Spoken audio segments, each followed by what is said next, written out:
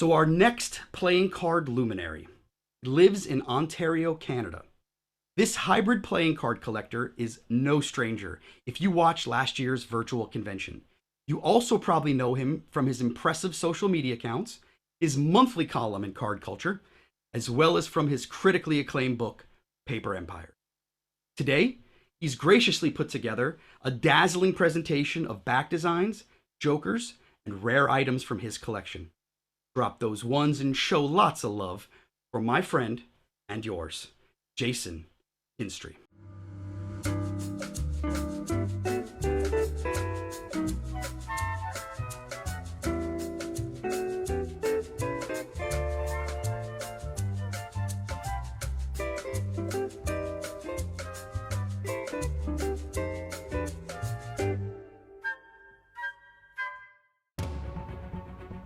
Welcome to the 2021 virtual convention, playing card fans. If we've never had the chance to meet before, I'm Jason McKinstry, playing card historian and author of Paper Empires. I'm excited to be spending some time with you today. Big thanks to everybody at the 52 Plus Joker organization for setting up this awesome event and letting all of us have a place to celebrate our favorite collectible together. To help get the party started, I'd like you to help me wish a big happy birthday to a very special little guy. You'll never believe it, but the United States Playing Card Company turned 140 years old in 2021.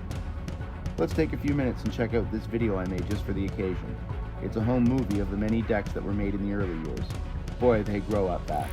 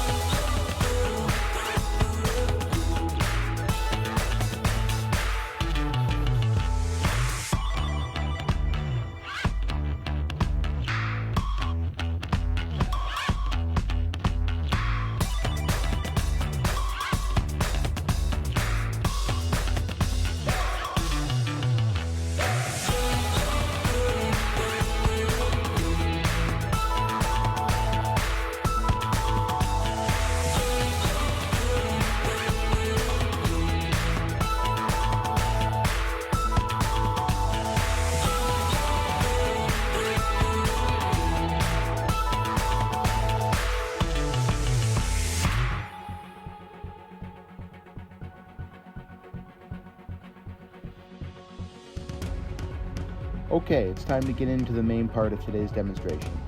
For Convention 2021, I'm giving everybody inside access to some of the more unique items in my collection. These pieces are typically not on display and live tucked away inside my stock books. So let's sit down together and have a look at some of these artifacts that I consider rare items of playing card history. Hi everybody, I hope you're enjoying our virtual convention today. Once again, I'm Jason McKinstry, author of Paper Empires. Welcome to my workshop. Some of you may have seen this place before on social media when I made the wall spades behind me. This is where I work on all the various projects of the world of Paper Empires. Many factories were made here, store display signs, the card carvings, everything.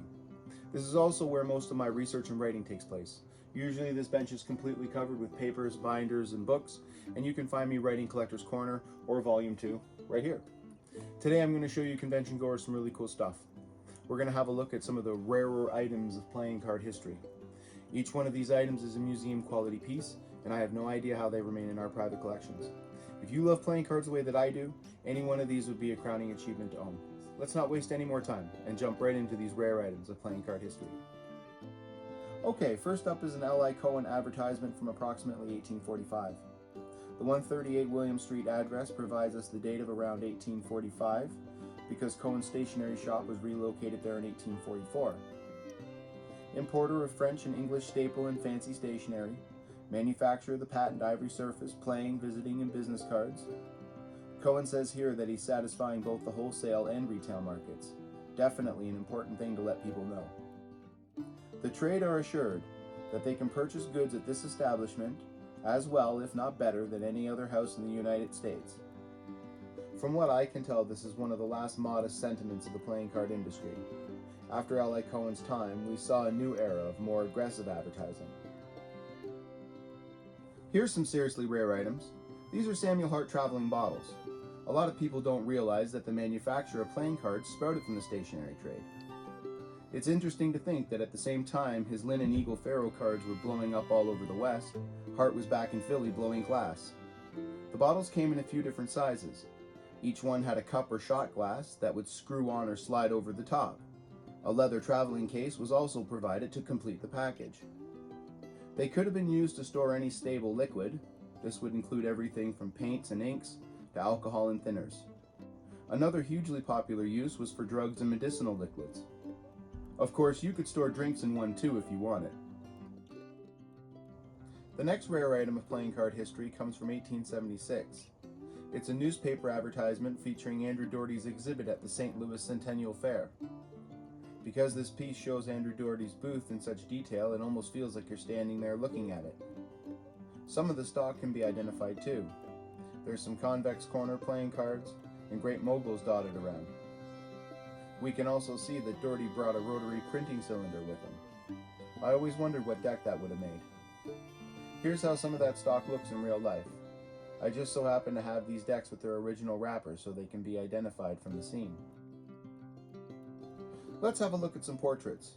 May I present to you Mr. Anthony O. Russell and Mr. Robert J. Morgan. They could arguably be the most important figures in playing card history. Without them, there'd be no United States Playing Card Company. And you know what that would mean, no bicycle 808s. These portraits come from a book featuring many prominent manufacturers of Cincinnati. Books like this were an excellent way to get to know the important people of the time. I like to point out that these two were hugely successful in Cincinnati long before their days of manufacturing playing cards. Our next item is totally wild, and I think you're going to love it. This is 2 volumes of Life magazine featuring all the weekly editions from 1892. These are an absolute treasure trove of period advertising, but more importantly, playing card advertising. Books like this are a perfect window into the past. 1892 saw the New York Consolidated advertising heavily in Life, and so was the United States Playing Card Company. There's something really special about seeing these ads right where they originated from. So many times we get a chance to buy 1 or 2 of them. Here, they're all together. In '92, Consolidated was advertising heavily for Triton. It was a great year for the brand, and many of the ads we know so well came from these pages.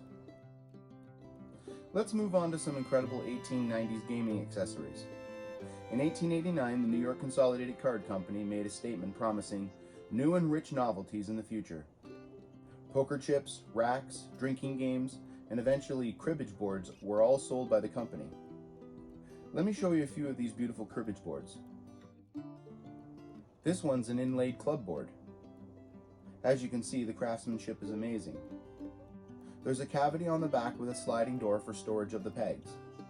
The Consolidated's name and address is stamped right below the compartment. This one is a lower quality board. It's made of shoe leather, and it's quite a bit smaller than the wooden ones. The leather's still soft and pliable even after all these years. If we flip this one over, we can see the company name and address again, but you'll notice that there's no compartment for the scoring pegs. Peg storage on this model happened on the ends, with some conveniently drilled holes. Okay, only a few pieces left for our rare items show and tell. Let's stick with the New York Consolidated for a minute and check out this letter from 1899. Of all the pieces of ephemera, this could be the most famous thanks to the Hockman Encyclopedia. The letter is dated December 1st, and it informed a customer that if more cards were ordered before December 31st, then a larger rebate would be sent on January 1st, 1900. Not only are pieces like this beautiful to look at, but they can also provide many details about how business was being done at the time.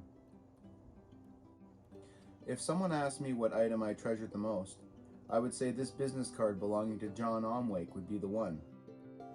John began employment at the Russell and Morgan Company in 1883 as a 27-year-old, and he became president of the United States Playing Card Company in 1902. This business card is from his time as chairman of the board, which was the final position he held before retiring in 1937. Trust me, a lot happened in that 55 years. His business card embodies an entire era of playing card history, and you'll get a chance to learn all about him in Paper Empires Volume 2. It looks like we've arrived at the final item on tour. I'm happy we've had a chance to do this, and I hope your collector's horizons have been expanded. Not to be outdone is this New York Consolidated B. Bridgewis printing plate from the 1920s. It would be safe to say that none of the other items have done as much work as this one has. It's interesting that we have so few printing plates available today, considering how often they wore out. You would think there'd be lots of them, but that's just not the case. These plates were recycled after use, making any leftovers hard to come by. This B number 68 deck is very similar to the ones that were made by this plate at the time. The design for this deck was based on earlier Hearts whist decks from the turn of the century. Welcome back. I hope you've enjoyed stopping in and having a look at some of these rare historical items. There's a lot more to show you, but that'll have to wait for another time. If you'd like to keep up to date with me and see all the interesting layers of early American playing cards, come check out my website at www.worldofpaperempires.com. You can get even more by following me on Instagram or Facebook. Well, bye for now, and enjoy the rest of your day at the convention. There you have it, playing card fans. That's a wrap for me, but I'll leave you with one more video to finish off the United States Playing Card Company's anniversary celebration. 140 years is a big deal, and today we're showing them just how much we care. Thanks to everyone for joining us today. From the World of Paper Empires, I'm Jason McKinstry. See you next time.